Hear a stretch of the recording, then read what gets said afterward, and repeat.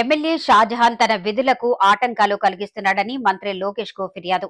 MLA Shahjahan బాషా తన విధులకు ఆటంకాలు కలిగిస్తూ తాను చెప్పిన పనులే చేయాలని హుకుం జారీ చేస్తున్నారు.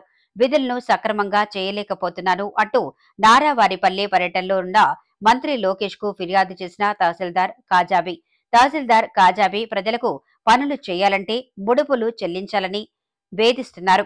ఈ మధ్యనే మాజీ ఎమ్మెల్సీ భూమి మ్యూటేషన్ కు 2 లక్షల రూపాయలు డిమాండ్ చేసిందని, ఆమె అవినీతిపై కలెక్టర్ కు ఫిర్యాదు చేశారని అంటున్న ఎమ్మెల్యే షాజహాన్, కూటమి ప్రభుత్వం ఏర్పడ్డాక ఏరికోరి తహసీల్దార్ కాజాబేని బదిలీ చేయించుకున్న ఎమ్మెల్యే ఇప్పుడు ఇద్దరి మధ్య విభేదాలతో తీవ్ర ఇబ్బందులు ఎదుర్కొంటున్న ప్రజలు.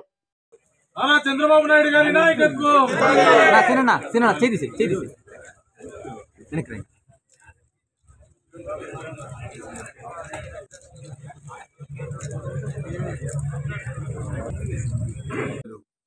ఎమ్మెల్సీ నరేష్ కుమార్ రెడ్డి గారు, మా పార్టీ నాయకులు, మా మదనపల్లి ఎక్స్ మండల్ అధ్యక్షులు జీకే గారు, అదేవిధంగా బసినగుండ ఎక్స్ సర్పంచ్ లక్ష్మణ గారు, అదేవిధంగా కోళ్లబైల్ నాయకులు, పొన్నేటిపాలెం నాయకులు, అదేవిధంగా మాలేపాడు పెంచుపాడు నాయకులు చాలామంది కంప్లైంట్ చేశారు.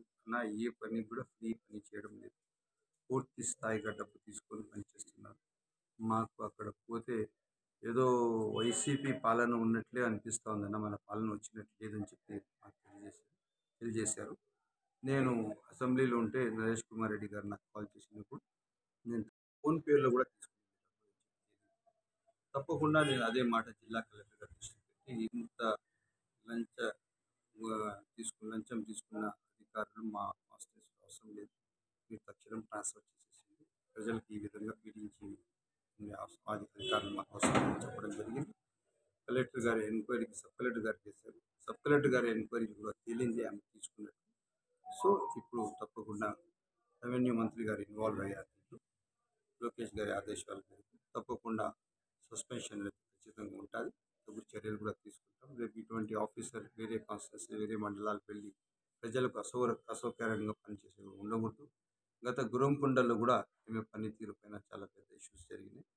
తప్పకుండా దీనిపైన చర్యలు ఉంటాయి. ఎవరైనా ఆమె వెనకాల ఎవరు ఎంతటి వారైనా వదిలేదని ఉండదు.